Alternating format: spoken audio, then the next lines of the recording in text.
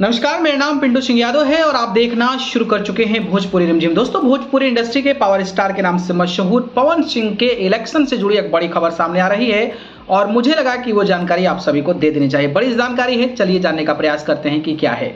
दोस्तों, बात करें तो आपको पता होगा कि 9 तारीख को भोजपुरी के पावर स्टार पवन सिंह ने काराकट लोकसभा सीट से चुनावी मैदान में नामांकन दाखिल किया।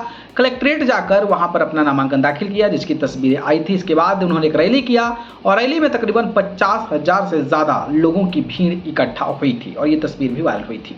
उसके बाद से कल से खबर सोशल मीडिया पर वायरल हो रही है और खबर यह थी कि पवन सिंह के खिलाफ ही उनकी मां उतर गई चुनावी मैदान में। उनकी मां का नॉमिनेशन करने के दौरान ये तस्वीर आई थी और ये तस्वीर सोशल मीडिया पर वायरल हो गई। अब सवाल ये था कि भाई पवन सिंह जब लड़ रहे हैं तो आखिरकार मां ने क्यों नामांकन कर दिया। तो इसके पीछे का कई सारे राज थे और राज ये था कि भाई आजकल जो निर्दलीय कैंडिडेट, जो इंडिपेंडेंट कैंडिडेट हैं, उनका जो है वो पर्चा दाखिल हो जा रहा है, यानी कि पर्चा जो है वो रद्द हो जा रहा है, वो चुनाव लड़ने लायक नहीं रह रहे हैं। और ऐसा अभी गुजरात में हुआ था जहां पर बीजेपी पहले ही चुनाव जीत गई, वहां पर चुनाव भी नहीं कराना पड़ा क्योंकि कांग्रेस प्रत्याशी का पर्चा ही निरस्त हो गया। तो ये कुछ गलतियों की वजह से होता है, गलत इंफॉर्मेशन की वजह से होता है, गलत तरीके से आप जानकारियां भरते हैं, इसकी वजह से हो जाता है।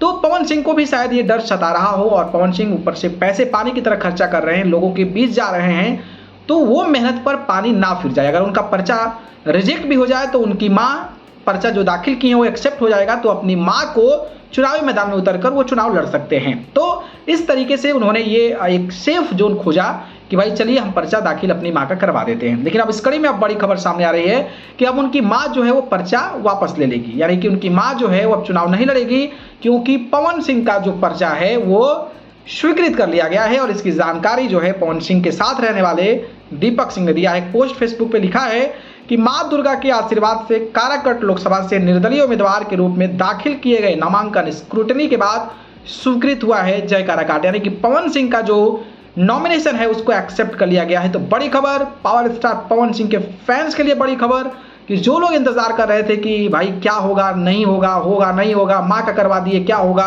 तो अब जो है 100% श्योर हो गया कि Pawan Singh will fight election from the Karakat constituency. तो आपको अब कोई भी इधर उधर की बात नहीं करनी है, पवन सिंह अब चुनाव लड़ेंगे, ये 100% श्योर हो गया है। बाकी अगर आप काराकट से हैं तो आपको क्या लगता है, काराकट का क्या माहौल है, कौन बाजी मारेगा, पवन सिंह बाजी मार पाएंगे या फिर मामला त्रिकोणीय बनाने में सक्षम हो पाएंगे, या भूपेंद्र कुशवाहा, राजाराम कुशवाहा, कौन बाजी मारेगा? इस पर अपनी प्रतिक्रिया कमेंट बॉक्स में जरूर बताइए। धन्यवाद।